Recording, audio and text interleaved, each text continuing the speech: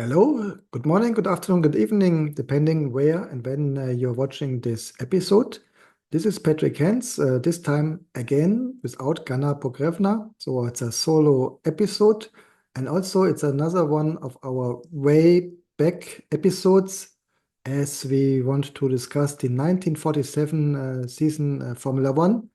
For the ones who not listen to the earlier one, 47, but why Formula One started 1950? Not completely correct. 1950 started the championship, but the requirements, the Formula One formula guidelines, definitions had been already implemented a very first time in the year 1946. So in 1946, we had the first year which saw a Formula One race based on Formula One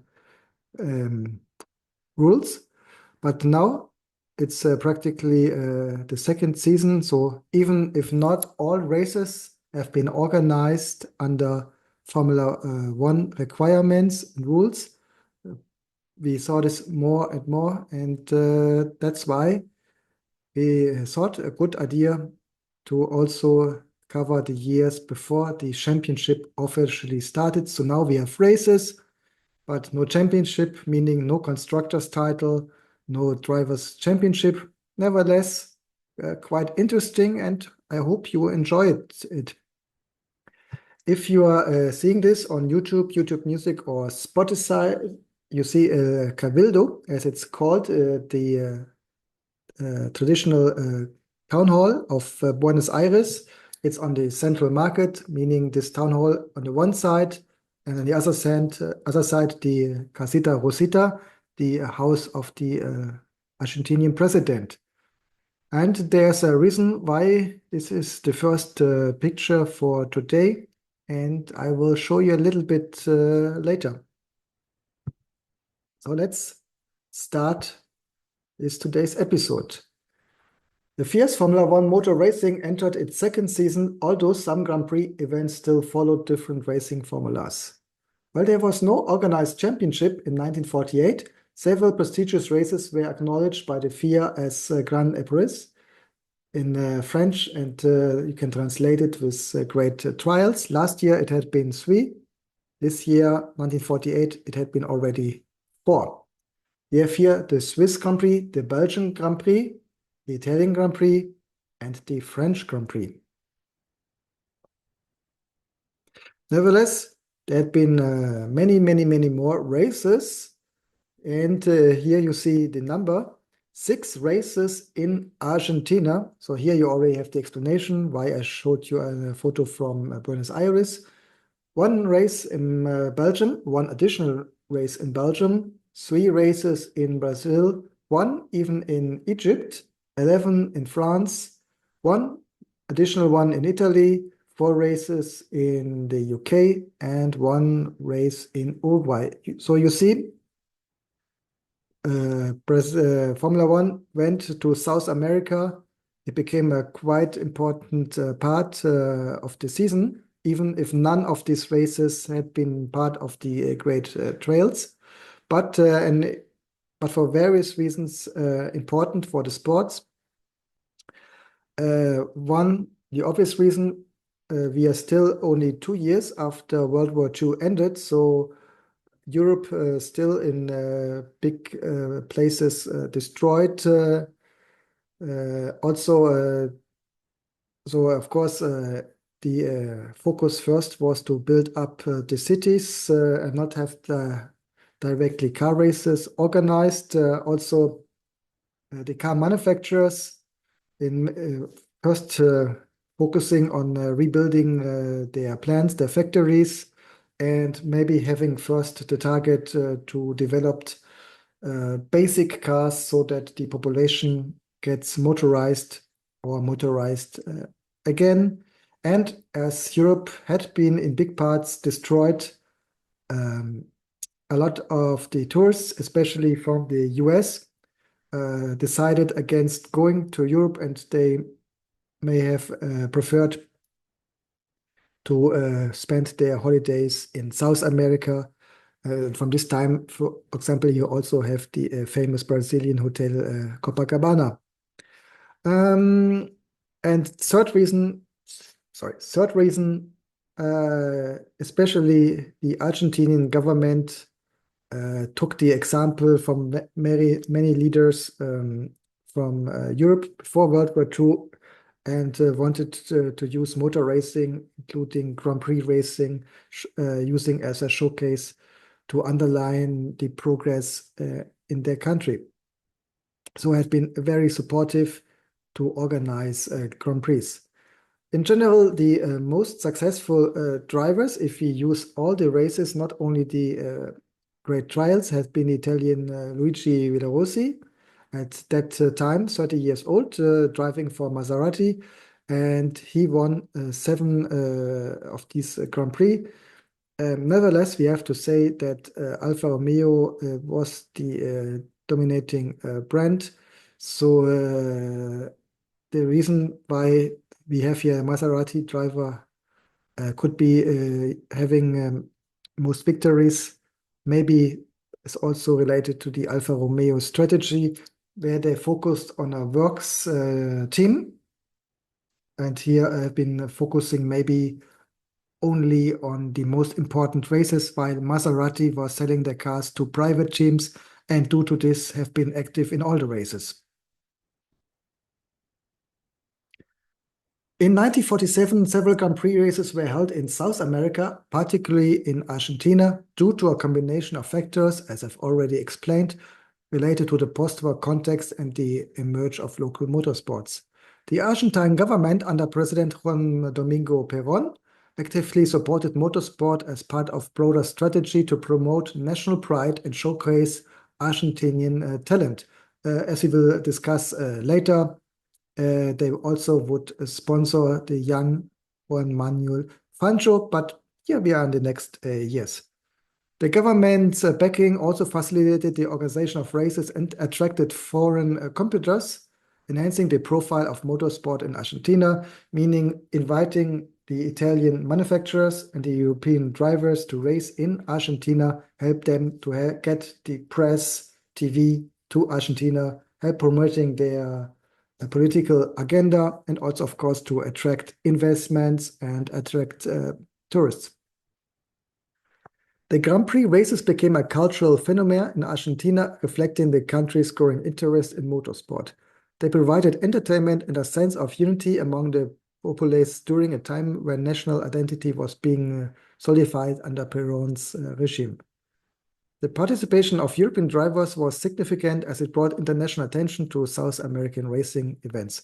So the focus here had been on Argentina, even though we also had 3 races in Brazil, where we at that time a little bit a different economic situation, a little bit more favorable in Brazil than in Argentina, where we had high inflation in this year.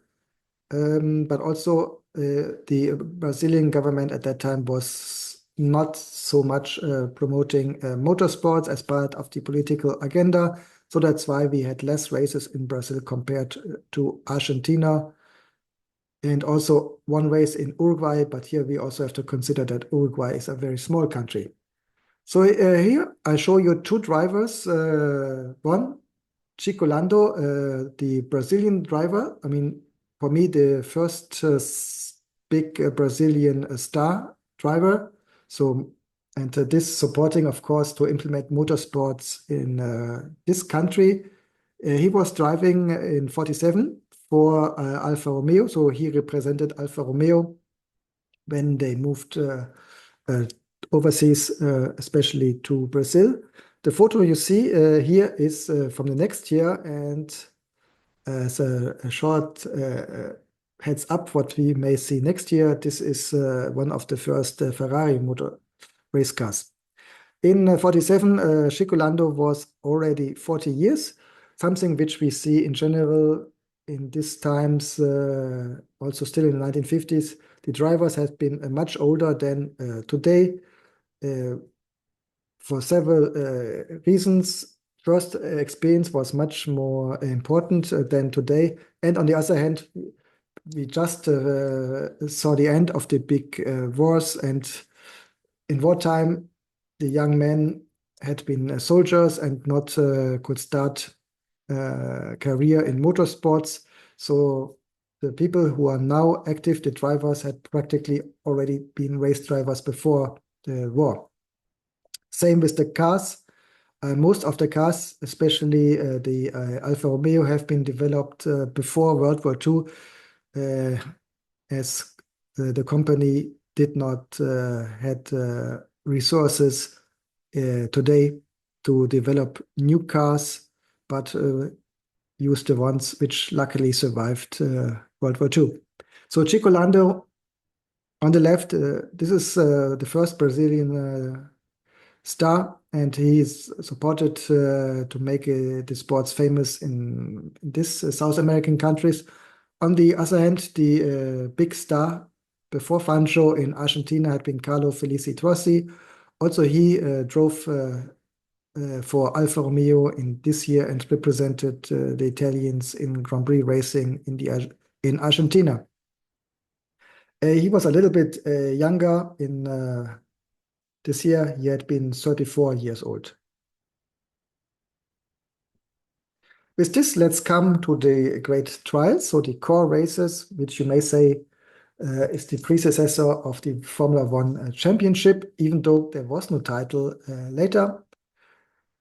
First, we are in Switzerland. As you see, Alfa Romeo dominating this year. Number one, French driver Jean-Pierre Vimille, then Achille Varsi and Carlo Felice Rossi. All three Alfa Romeo 158, the famous Alfetta. Then we come to Belgium. Belgium, the second time part of the big trials, but the first time now on the famous Spa-Francorchamps. Number one, Jean-Pierre Vimille, number two, Achille Varsi, and then Carlo Felice Rossi, Shiva Battista Guidotti. Why we have two drivers, as it was still valid in the 1950s, you had been allowed to change the car, meaning if one of the number one, two, three drivers has a technical problem, they go to the pits, and some of the other drivers have to come in too and give their car to the other driver, and this leads to the fact that both at the end get points. So something we have in the 1940s, and we still have in the 1950s as part of the Formula One championship. Again, everybody on the Alfa Romeo 158. Then Italy, no surprise, similar picture here. Number one, Carlo Felice Rossi, Achille Varsi, Gonzalo Zanesi, all three on Alfa Romeo. A little bit then a different picture in the last of the great trials. Now we are in France, and championship Grand Prix in the 1940s was practically only a topic between France and Italy, at least if we consider drivers and manufacturers. Here, a quite fun fact, at the end, the race was organized on September 21, meaning one day before my birthday. Luckily not that year. And originally, the French Grand Prix should have been earlier in the year, but it was postponed as a new car, the French CTA Arsenal, was not finished. So they waited until they finished the car to organize the Formula One event. Why this? CTA is a French group founded in 1945, which operates in the fields of land mobility, light vehicles, heavy goods vehicles, agricultural vehicles, military vehicles, motorcycles, and cycles. And the same year, the famous French driver, for example, the most successful driver in the year 1946, then with Maserati, contacted the engineers from CTA with a project. We are directly here after World War II to develop together a Grand Prix car which should represent France in international motor racing, so an all-French car. Then, of course, used by a French team with a French driver. And this, for example, to hold against the dominating Alfa Romeo 158, as we may say at that time, Alfa Romeo was representing Italy in motorsports. So uh, quite a typical, you may say a typical or not, or at least a non-surprising move in France, as here the government is much more involved into business and industries than in other Western companies. For example, we have the public Renault company, where also French government is involved at. So again, this was the plan, and it worked out that way that the CTA was participating at the Grand Prix, but unfortunately it did not finish, and you may even say that the construction had a little bit of technical problem. So they tried again in the next Grand Prix, but these CTA Arsenal are also a French manufacturer, French workshop. You may think Arsenal, due to the English football club, it would be in England. No, Arsenal is a French workshop. So it was a 100% French national project. So this CTA car, and I will show you a photo a little bit later on when we speak about the cars, never, unfortunately, became successful, never become competitive. So it was, and after this, after some years, this project had been ended. So this had been the results of the races, at least the 4 great trials. Let's speak about the technology, and this means, of course, let's have a look at the beautiful cars. Here a photo which I took at the Alfa Romeo Historic Museum. You see here the 158, as it was originally developed in 1938 and used until 1950. And in the background, you see a part of the 159, which was an updated 158, which was used in the 1951 season. But important, all these cars had been produced by Alfa Romeo between 37 and 38, luckily survived in Iran, the World War II, and then had been brought back to motorsports after the war.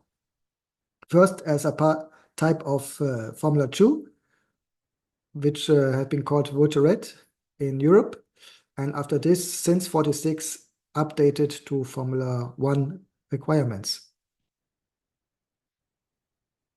Another competitor not that successful in racing anymore, especially also as it was based on the Motorette requirements, have been the British eras. There have been different types: era A, Type B, Type C, Type D, Type E. And this year we saw, for example, the era B and also the era D, and a car used by privateers to participate. It was not possible to really compete for victories, but at least if you're lucky, something like a third position had been possible.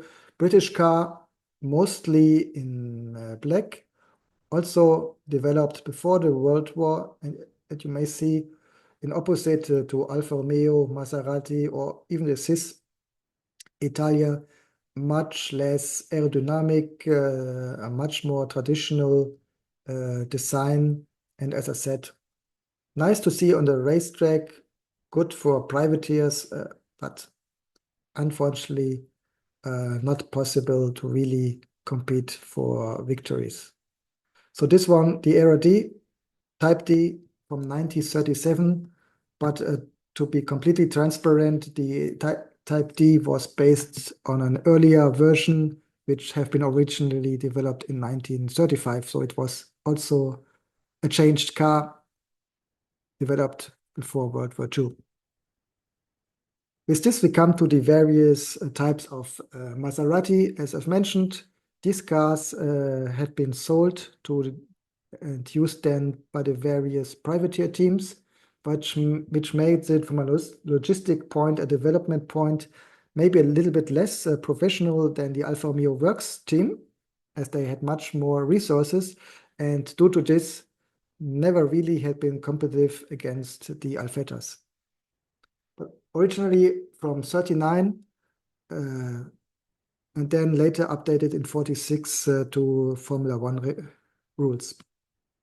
So here we see, for example, the Maserati 4 CLT, a little bit newer version of their race cars, and also an older version still had been used by the smaller private teams. And this 6cm, this car was only available for the Voyager Red configuration. So like this would be like competing in a race with a Formula 2 car against a Formula 1 car.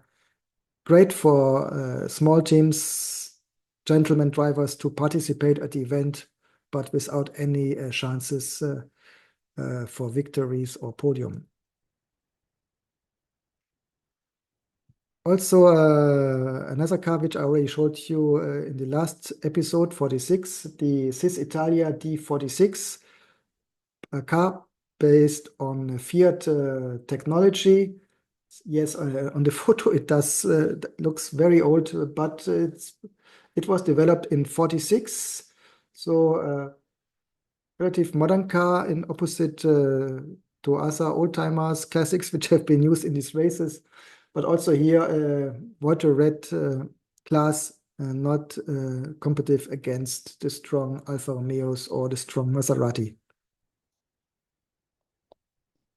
Another Voyager Red car from 1946 is the French Delage D6, based on the international color code in blue, like we know from French cars, maybe most famously Bugatti, or later in Formula One, if you remember the blue Ligiers, for example. So blue, the traditional French color, in opposite to the red used by the Italian teams.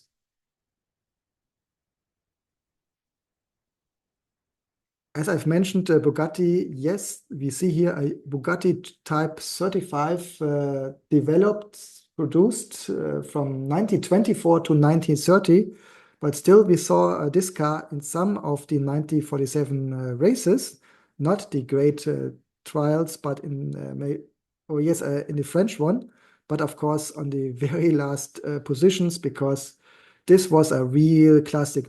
Great for the fans, I'm sure, to see these beautiful designs, but no chance to compete against the newer cars. So again, if we think about Formula One in 1947, it was not a showcase of the most modern technology as we know it today, but it was really to show something to the fans which really ached for such entertainment after World War II. So we saw here practically in some races modern cars against classics which have been 10 and more years old. So anything what was possible to race had been raced to organize such events. And here it is, the mentioned CTL Arsenal. I'm not sure if it was raised like this. I would strongly assume, because normally you restore cars like they originally had been. So you see, it was not painted, but you see this metal, aluminum. No, I think it was not aluminum at that time, but without painting, just a small blue stripe. So this was the famous, or let's say not famous anymore, but quite forgotten CTA Arsenal, developed in the project started 1945 with the planning, first time raced in 1947. Unfortunately, this car should not become a bigger success. That's for the cars. Let's have a look on the drivers, at least the ones which we not showed you before. On the left, Italian Achille Vassi, 42 years of age in 47. Luigi Villarossi, Maserati, also already with 37. And Luis Chiron driving in the beginning for Talbot and then finishing the year with Maserati, already 47. He famously the first person from Monaco, meaning an original born Monegasso, who won later the Monaco Grand Prix, and the only one until only recently Charles Leclerc repeated this. So Louis Jean, very famous, also driving for Bugatti. That's why one of their the later Bugatti supercars now have been called Bugatti Chiron. This an homage to Louis. Also, he already 47 years while driving in the Grand Prix in 1947. We have here Carlo Felice Trossi and Jean-Pierre Vimille. I had a big focus on them in the last episode, as they also had been involved in engineering and designing their own cars, race cars, street cars. So again, very fascinating characters. And also to show you here, Eugene Chabot. He was driving for Maserati this year, French driver, also already in his 40s. So remember, Formula One in the 1940s was much shorter than we have today, only four core Grand Prix. And that's mean much shorter episodes than we would do for the actual years. As we always ask ourselves, what is the legacy of the 1947 season? Can we describe it in one year? I mean, in general, 46 was the very first Grand Prix, and accordingly, 47 was practically the first season using Formula One rules. Also interesting here, as we saw, the move to South America for various races, what we will see also next year again. So this is, from my point, the legacy having the first year of Formula One racing. That's all for today, folks. I hope you enjoyed it. If you do, please like this episode. You can see it on YouTube Music, and Spotify. If you only want to listen, we are practically on all podcast platforms. If you're into music, I recommend you hear the Data-Driven F1 mixtape. You can find it on Spotify. Here's music, songs inspired by drivers, inspired by the sports in general. If you are into music and into Formula One, I think you may enjoy it. That's all. See you the next time, and maybe again with Gana Pogrevna. See you. Bye bye.